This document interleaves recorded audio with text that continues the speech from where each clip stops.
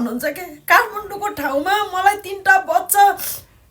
साथमा 3टा के अरे बाउ आमा म एउटा छोरी मान्छेले के न मैले पढेको थिएँ न मेरो केही जागिर थियो हैन मैले त्यो बेला मैले मेरो बच्चाहरूलाई अलपत्र पारेर छोड्न पनि सक्थेँ होला के तर मेरो मनले कहिल्यै मानेन म जस्तो परिस्थितिमा पनि मेरो छोराछोरीलाई म अगाडि पछाडि लाएर लिएर हिँड्छु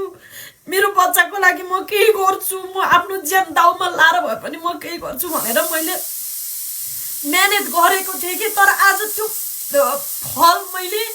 यति धेरै पाएँ नि मैले दोब्बर तेब्बर पाएँ के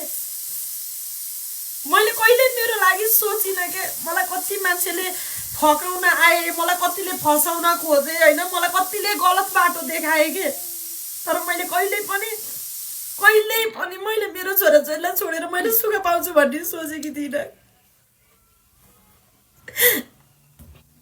गरिब हुँदाखेरि यति फाइदा उठाउँछन् नि मान्छेहरूले हैन सायद यो भिडियो हेर्छन् होला हाम्रो भिडियो धेरै हेर्छन् होला अहिले त कतिले त हेरिरहेको छु भन्छन् हैन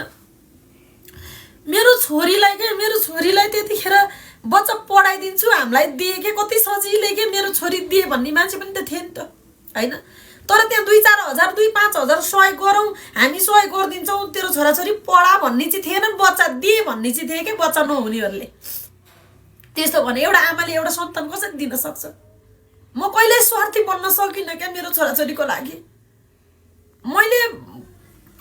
योभन्दा पहिला एउटा मैले पोडकास्टमा इन्टरभ्यू दिँदाखेरि नि मैले मेरो बच्चा पाल्नको लागि मैले गलत काम गरेको पनि छु भन्दाखेरि त्यहाँनिर नि यस्तो नराम्रो कमेन्ट लेख्नु भएको थियो कि हामीले बुझ्यौँ नराम्रो काम भन्ने साथै बुझ्यौँ भने नराम्रो काम भन्ने साथै नराम्रो भनेर अर्कोसँग गएर सुत्न जाने मात्रै काम नराम्रो हुन्छ र अरू पनि नराम्रो थियो होला नि त कुनै काम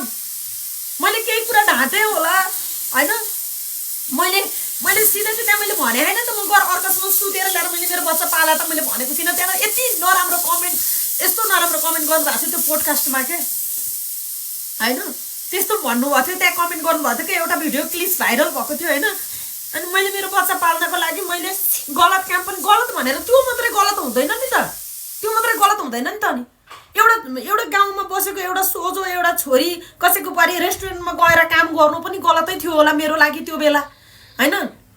हरेक चिज थियो होला नि त तर सिधै गलत भन्ने साथै त्यही बुझ्नु भयो के त्यति नराम्रो बुझिदिनु भयो के हैन ठीक छ मैले त्यस्तो कमेन्ट पनि पचाएँ मैले भात खाएको भिडियो पोस्ट गर्दाखेरि गुखा भनेको पनि मैले पचाएँ हैन म रियालिटी के भन्छ मेरो दिमाग खुस्किएर मैले व्यवहार धान्न नसकेर हार दिक भएर मैले जिन्दगीदेखि हार खाएर म स्ट्याटस लेखेर म मर्न गएको भिडियोमा पनि नाटक गरेको भन्दा पनि मैले दुबारा मैले जिन्दगीलाई जितेर मृत्युलाई जितेर